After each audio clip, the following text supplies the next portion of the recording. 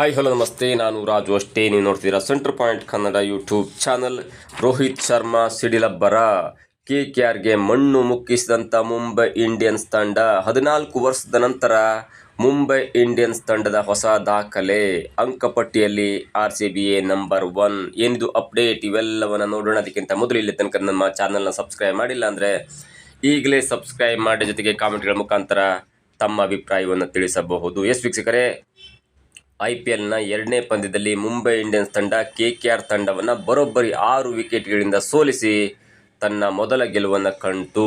ಇನ್ನು ಬ್ಯಾಟಿಂಗ್ ಬಗ್ಗೆ ಅಥವಾ ಬೌಲಿಂಗ್ ಬಗ್ಗೆ ಮತ್ತು ಟಾಸ್ ಬಗ್ಗೆ ಮತ್ತು ಮ್ಯಾಚ್ನ ಬಗ್ಗೆ ಅಪ್ಡೇಟನ್ನು ನೋಡ್ತಾ ಹೋದರೆ, ಟಾಸ್ ಗೆದ್ದಂಥ ಮುಂಬೈ ಇಂಡಿಯನ್ಸ್ ತಂಡ KKRಗೆ ಬ್ಯಾಟಿಂಗನ್ನು ಬಿಟ್ಟುಕೊಡ್ತು ಅಥವಾ ತಾನು ಬೌಲಿಂಗನ್ನು ಆಯ್ಕೆ ಮಾಡಿಕೊಳ್ತು.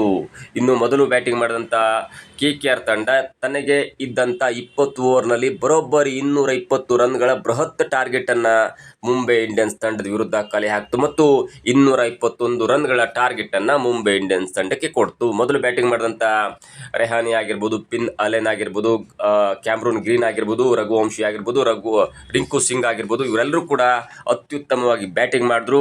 ಆದರೆ ಎಲ್ಲೋ ಒಂದು ಕಡೆ KKR ತಂಡ 240 ರನ್ನನ್ನು ರೀಚ್ ಆಗುವಂಥ ಹಂತದಲ್ಲಿದ್ದರೂ ಕೂಡ ಕೊನೆಯ ಗಳಿಗೆಯಲ್ಲಿ ಮುಂಬೈ ಇಂಡಿಯನ್ಸ್ ತಂಡದ ಒಂದು ಬೌಲಿಂಗ್ ಆಗಿರ್ಬೋದು, ಫೀಲ್ಡಿಂಗ್ ಆಗಿರ್ಬೋದು, ಮತ್ತು ಕರಾರುವಕ್ಕಾಗದ ಒಂದು ಪ್ಲ್ಯಾನ್ ಆಗಿರ್ಬೋದು, ಇವೆಲ್ಲದರಿಂದ KKR ತಂಡ 220 ರನ್ನನ್ನು ಮಾಡುವಲ್ಲಿ ಮಾತ್ರ ಸಫಲವಾಯಿತು. ಮತ್ತು ಇದು ಅಷ್ಟು ದೊಡ್ಡ ಟಾರ್ಗೆಟ್ ಆಗಿರಲಿಲ್ಲ, ಯಾಕಂದರೆ ವಾಂಖೇಡೆ ಸ್ಟೇಡಿಯಂನಲ್ಲಿ 230, 240 ಆರಾಮಾಗಿ ಹೊಡಿಬೋದು ಮತ್ತು ಅದು ಆರಾಮಾಗಿ ಚೇಂಜ್ ಕೂಡ ಮಾಡ್ಬೋದು ಅನ್ನುವಂಥ ಲೆಕ್ಕಾಚಾರ ಎರಡು ತಂಡಕ್ಕೆ ಇತ್ತು. ಆದರೆ ಎಲ್ಲೋ ಒಂದು ಕಡೆ ಕೊನೆಯ ಗಳಿಗೆಯಲ್ಲಿ ಅಂದರೆ 14, 15, 16 ಓವರ್ ಅಥವಾ ಕೊನೆಯ ಘಟ್ಟದಲ್ಲಿ ಮುಂಬೈ ಇಂಡಿಯನ್ಸ್ ತಂಡದ ಬೌಲರ್ಗಳು ಮಾಡಿದಂಥ ಕರಾರುವಕ್ಕಾದ ದಾಳಿಗೆ KKR ತಂಡದ ಆಟಗಾರರು ಅಷ್ಟೊಂದು ಸಿಡಿಲಬ್ಬರದ ಬ್ಯಾಟಿಂಗ್ ಮಾಡಲಿಲ್ಲ. ಇನ್ನು ಯಾರು ಎಷ್ಟು ರನ್ನನ್ನು ಹೊಡೆದ್ರು, ಎಷ್ಟು ಬೌಲಿಂಗ್ ಅಂತ ನೋಡ್ತಾ ಹೋದರೆ, ರೆಹಾನೆ ಅವರು 40 ಬಾಲಲ್ಲಿ 3 ಬೌಂಡ್ರಿ ಮತ್ತು 5 ಸಿಕ್ಸರ್ಗಳ ನೆರವಿನಿಂದ ಆಸ್ ಎ ಕ್ಯಾಪ್ಟನ್ ಆಗಿ 67 ರನ್ನನ್ನು ಹೊಡೆದ್ರು.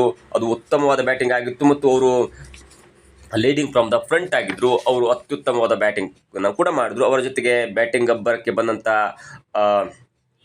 ಪಿನ್ ಅಲೆನ್ ಅವರು ಕೂಡ, ಅಂದರೆ ನ್ಯೂಜಿಲೆಂಡ್ ಆಟಗಾರ ಪಿನ್ ಅಲೆನ್ ಅವರು ಕೂಡ 17 ಎಸೆತದಲ್ಲಿ 6 ಬೌಂಡ್ರಿ ಮತ್ತು 2 ಭರ್ಜರಿಯಾದ ಸಿಕ್ಸರ್ ನೆರವಿನಿಂದ 37 ರನ್ನನ್ನು ನೀಡಿದರು. ಜೊತೆಗೆ ಇವರಿಬ್ಬರು ಕೂಡ ಸರಿಸುಮಾರು 100 ರನ್ಗಳ ಒಂದು ಕಲೆಯನ್ನು ಹಾಕಿದರು, ಜೊತೆ ಆಟವನ್ನು ಕೂಡ ಮಾಡಿದರು. ಅದಾದ ನಂತರ ಬಂದಂಥ ಕ್ಯಾಮ್ರೂನ್ ಗ್ರೀನ್ 10 ಎಸೆತದಲ್ಲಿ 18 ರನ್ ಮಾಡಿ ಔಟ್ ಆದರು.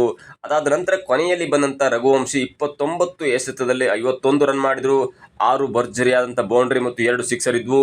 ಕೊನೆಯಲ್ಲಿ ಬಂದಂಥ ರಿಂಕು ಸಿಂಗ್ ಅವರು ಕೂಡ 21 ಬಾಲ್ನಲ್ಲಿ 33 ರನ್ನನ್ನು ಹೊಡೆದಾದರೆ, ಆ ಇಬ್ಬರೂ ಕೂಡ ರಘುವಂಶಿ ಆಗಿರ್ಬೋದು ಅಥವಾ ರಿಂಕು ಸಿಂಗ್ ಆಗಿರ್ಬೋದು, ಅವರ ಒಂದು ಸ್ಟ್ರೈಕ್ ರೇಟ್ ಸ್ವಲ್ಪ ಕಡಿಮೆ ಆಯ್ತು ಅಂತ ಹೇಳ್ಬೋದು. ಅವರಿಬ್ಬರು ಕೂಡ ಸ್ವಲ್ಪ ಸ್ಪೀಡಲ್ಲೇ ಆಡಿದರೆ ಆ ರನ್ನಿನ ಅಂದರೆ 220 ರನ್ ಬದಲಾಗಿ 240 ಹೋಗುವಂಥ ಚಾನ್ಸಸ್ ಇತ್ತು. ಮತ್ತು ಈ ರೆಹಾನೆ ಮತ್ತು ಪಿನ್ ಅಲೆನ್ ಅವರು ಹಾಕೊಟ್ಟಂಥ ಭದ್ರ ಬುನಾದಿಯನ್ನು ಕೊನೆಯ ತನಕ ಅದೇ ರೀತಿಯಲ್ಲಿ ಕೊಂಡೊಯ್ಯುವಲ್ಲಿ KKR ತಂಡದ ಆಟಗಾರರು ಸ್ವಲ್ಪ ಮಟ್ಟಿಗೆ ವೈಫಲ್ಯವನ್ನು ಕಂಡರು. ಹೀಗಾಗಿ 20 ಓವರ್ನಲ್ಲಿ 4 ವಿಕೆಟನ್ನು ಕಳ್ಕೊಂಡು 220 ರನ್ನನ್ನು ಮಾಡಿದರು. ಇನ್ನು ಬೌಲಿಂಗ್ ವಿಷಯಕ್ಕೆ ಬಂದಾಗ ಯಾರೂ ಕೂಡ ಅಷ್ಟು ಕಾಸ್ಟ್ಲಿ ಆಗಿಲ್ಲ, ಯಾರೂ ಕೂಡ ಅಷ್ಟು ವಿಕೆಟನ್ನು ಕೂಡ ಪಡ್ಕೊಂಡಿಲ್ಲ. ಟ್ರೆಂಟ್ ಬೋಲ್ಟ್ ಅವರು 4 ಓವರನ್ನು ಬೌಲಿಂಗ್ ಮಾಡಿ 38 ರನ್ನ ಕೊಟ್ಟರು. ಹಾರ್ದಿಕ್ ಪಾಂಡ್ಯ 4 ಓವರನ್ನು ಮಾಡಿ 39 ರನ್ ಕೊಟ್ಟರು. ಬೂಮ್ರಾ 4 ಓವರನ್ನು ಮಾಡಿ 35 ರನ್ ಕೊಟ್ಟರು. ಜೊತೆಗೆ ಶಾರ್ದುಲ್ ಠಾಕೂರ್ ಅವರು 4 ಓವರನ್ನು ಮಾಡಿ 39 ರನ್ ನೀಡಿ ಬರೋಬ್ಬರಿ 3 ವಿಕೆಟನ್ನು ಕಿತ್ತರು. ಇದು KKR ತಂಡದ ಬ್ಯಾಟಿಂಗ್ ಮತ್ತು ಒಂದು ಹೋರಾಟ ಅಂತ ಹೇಳ್ಬೋದು. ಇನ್ನು ಆ 220 ರನ್ಗಳ ಟಾರ್ಗೆಟನ್ನು ಚೇಂಜ್ ಮಾಡಲು ಹೊರಟಂಥ ಮುಂಬೈ ಇಂಡಿಯನ್ಸ್ ತಂಡದ ಇಬ್ಬರು ಓಪನರ್ಗಳು ಅಂದರೆ ರಿಯಾನ್ ರೆಕಲ್ಟನ್ ಆಗಿರ್ಬೋದು ಮತ್ತು ರೋಹಿತ್ ಶರ್ಮಾ, ಇವರಿಬ್ಬರು ಕೂಡ ಸಿಡಿಲಬ್ಬರದ ಬ್ಯಾಟಿಂಗನ್ನು ಮಾಡಿ ಇನ್ನೇನು ವಿತೌಟ್ ಲಾಸ್ ಚೇಂಜ್ ಮಾಡ್ತಾರೆ ಅನ್ನುವಂಥ ಹಂತಕ್ಕಿತ್ತು. ಮೊದಲು ಬ್ಯಾಟಿಂಗ್ ಮಾಡಿದಂಥ ಅಂದರೆ ಬ್ಯಾಟಿಂಗ್ಗೆ ಬಂದಂಥ ಮುಂಬೈ ಇಂಡಿಯನ್ಸ್ ತಂಡದ ರೆಕಲ್ಟನ್ 43 ಎಸೆತದಲ್ಲಿ 4 ಬೌಂಡ್ರಿ ಮತ್ತು 8 ಭರ್ಜರಿಯಾದಂಥ ಸಿಕ್ಸರ್ಗಳ ನೆರವಿನಿಂದ 81 ರನ್ನನ್ನು ಕಲೆ ಹಾಕಿದ್ರು. ಜೊತೆಗೆ ರೋಹಿತ್ ಶರ್ಮಾ ಕೂಡ 38 ಎಸೆತದಲ್ಲಿ 38 ಎಸೆತದಲ್ಲಿ 78 ರನ್ನನ್ನು ಮಾಡಿ ಅದರಲ್ಲಿ 6 ಬೌಂಡ್ರಿ ಮತ್ತು 6 ಭರ್ಜರಿ ಸಿಕ್ಸರ್ ಕೂಡ ಇತ್ತು.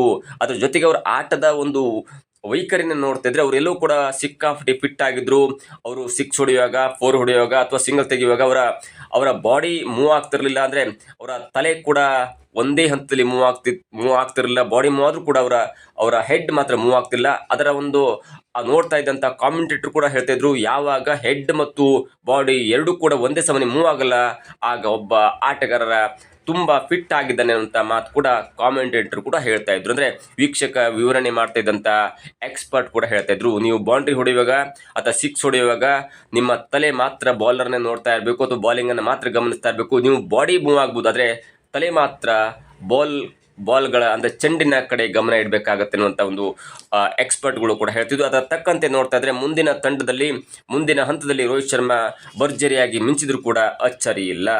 ಅದಾದ ನಂತರ ಬಂದಂಥ ಸೂರ್ಯಕುಮಾರ್ ಯಾದವ್, ತಿಲಕ್ ವರ್ಮಾ, ಹಾರ್ದಿಕ್ ಪಾಂಡ್ಯ, ನಮನ್ ದೀವ್ ಇವರೆಲ್ಲರೂ ಕೂಡ ಒಂದು ಆಟವನ್ನು ಮುಗಿಸುವ ಹಂತದಲ್ಲಿ ಸ್ವಲ್ಪ ಕಾಣಿಕೆಯನ್ನು ನೀಡಿ 19.1 ಓವರ್ನಲ್ಲಿ ಮುಂಬೈ ಇಂಡಿಯನ್ಸ್ ತಂಡ KKR ತಂಡದ ಈ 220 ರನ್ಗಳನ್ನು ಟಾರ್ಗೆಟನ್ನು ರೀಚ್ ಮಾಡಿ ಬರೋಬ್ಬರಿ 224 ರನ್ನನ್ನು ಮಾಡಿ ಮೊದಲ ಪಂದ್ಯವನ್ನು ಗೆದ್ದು, ಈ ಹಿಂದೆ 2012ರಲ್ಲಿ ಮಾತ್ರ ಅದು ಮುಂಬೈ ಇಂಡಿಯನ್ಸ್ ತಂಡ ಮೊದಲ ಪಂದ್ಯವನ್ನು ಗೆದ್ದಿತ್ತು. ಅದರ ನಂತರ ಆಡಿದಂಥ 2013, 14, 15, 16, 17, 18, 19, 20, 21, 22, 23, 24, 25 ಇಲ್ಲಿಯ ತನಕ ಕೂಡ, ಅಂದರೆ ನಿನ್ನೆ ತನಕ ಅಲ್ಲದೆ 14 ವರ್ಷದಲ್ಲಿ ತಾನು ಆಡಿದಂಥ ಮೊದಲ ಪಂದ್ಯವನ್ನು ಹೀನಾಯವಾಗೂ ರೋಚಕವಾಗೂ ಸೋತಿತ್ತು. ಆದರೆ ಈ ಕೆಟ್ಟ ಒಂದು ಹಳೆಯ ದಾಖಲೆಯನ್ನು ನಿನ್ನೆ ಮುರಿದು 2026ರಲ್ಲಿ ತನ್ನ ಹೊಸದಾದಂಥ ದಾಖಲೆಯನ್ನು ಸೃಷ್ಟಿ ಮಾಡಿತು. ಇನ್ನು ಈ ಮುಖಾಂತರ KKR ತಂಡವನ್ನು 6 ವಿಕೆಟ್ಗಳಿಂದ ಮಣಿಸಿ ಮುಂಬೈ ಇಂಡಿಯನ್ಸ್ ತಂಡ ಮೊದಲ ಗೆಲುವಿನ ರುಚಿಯನ್ನು ಕಂಡು 2026ರ IPL ತಂಡಕ್ಕೆ ಹೊಸದಾದಂಥ ಒಂದು ದಾಖಲೆಯ ಮುಖಾಂತರ ಒಂದು ಹುರುಪಿನ ಆಟವನ್ನು ಆಡಿದೆ. ಇನ್ನು ಅಂಕಪಟ್ಟಿಯನ್ನು ಗಮನಿಸ್ತಾ ಹೋದರೆ RCB ತಂಡ ಒಂದು ಮ್ಯಾಚ್ನಲ್ಲಿ 1 ಗೆದ್ದು 2 ಪಾಯಿಂಟ್ನೊಂದಿಗೆ 2.967 ರನ್ ರೇಟ್ನೊಂದಿಗೆ ಇದೀಗ ಮೊದಲ ಸ್ಥಾನದಲ್ಲಿದೆ. ಮುಂಬೈ ಇಂಡಿಯನ್ಸ್ ತಂಡ 1 ಪಂದ್ಯವನ್ನು ಆಡಿ ಒಂದು ಪಂದ್ಯವನ್ನು ಗೆದ್ದು 2 ಅಂಕಗಳೊಂದಿಗೆ ರನ್ ರೇಟ್ ಆಧಾರದಲ್ಲಿ 0.687ನೊಂದಿಗೆ 2ನೇ ಸ್ಥಾನದಲ್ಲಿದೆ. ಇನ್ನು 9ನೇ ಸ್ಥಾನದಲ್ಲಿ KKR ಇದೆ, 10ನೇ ಸ್ಥಾನದಲ್ಲಿ SRH ತಂಡ ಇದೆ. ಹೀಗಾಗಿ ಅಂಕಪಟ್ಟಿಯಲ್ಲಿ RCB ಮೊದಲ ಸ್ಥಾನದಲ್ಲಿದ್ದರೆ 2ನೇ ಸ್ಥಾನದಲ್ಲಿ ಮುಂಬೈ ಇಂಡಿಯನ್ಸ್ ತಂಡ ಇದೆ. ಇನ್ನು ಇವತ್ತಿನ ಪಂದ್ಯದಲ್ಲಿ RR ಮತ್ತು CSK ತಂಡದ ನಡುವೆ ಇವತ್ತು ಭರ್ಜರಿಯಾದಂಥ ಒಂದು ಕಾದಾಟ ಇದೆ. ಅದು ಕೂಡ ಇವತ್ತು 7:15 ಸಂಜೆಗೆ ಆಟ ಪ್ರಾರಂಭ ಆಗುತ್ತೆ. ಇವತ್ತಿನ ಪಂದ್ಯದಲ್ಲಿ RR ಗೆಲ್ಲುತ್ತಾ ಅಥವಾ CSK ಗೆಲ್ಲುತ್ತಾ ಕಾದು ನೋಡಬೇಕಾಗಿದೆ. RR ತಂಡದಲ್ಲಿ ಸೂರ್ಯವಂಶಿ ಇದ್ದಾರೆ, ಜೊತೆಗೆ CSK ತಂಡದಲ್ಲಿ ಸಂಜು ಸ್ಯಾಮ್ಸನ್ ಅನ್ನುವಂಥ ಒಬ್ಬ ವರ್ಲ್ಡ್ ಕ್ಲಾಸ್ ಹೀರೋ ಇದ್ದಾರೆ.